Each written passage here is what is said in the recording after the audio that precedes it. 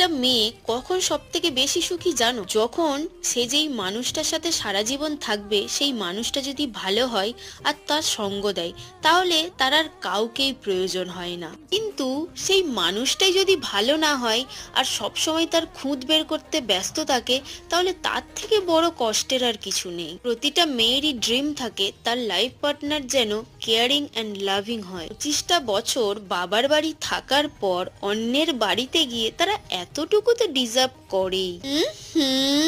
জানি জানি, এবার ভাবছো তো যে আমার লাইফ পার্টনার কিরকম। আমার লাইফ পার্টনার হলো টক ঝাল মিষ্টি, সবকিছু নিয়েই আছে। ঝগড়া ঝামেলা ভালোবাসা, হ্যাঁ ইদানিং একটু বেশিই ঝামেলা হচ্ছে, নো প্রবলেম, আবার ঠিক হয়ে যাবে। এন্ড অফ দ্য ডে আমরা সবাই হ্যাপি, আবার সবাই আনহ্যাপি। বাই দ্য ওয়ে, তোমাদের লাইফ পার্টনার কিরকম অবশ্যই কমেন্ট বক্সে জানিও। আর এই 25 বছরে প্রথমবার আমি রাসের মেলা দেখতে গেলাম, বেশ ভালো লাগলো কিন্তু। Tata bye.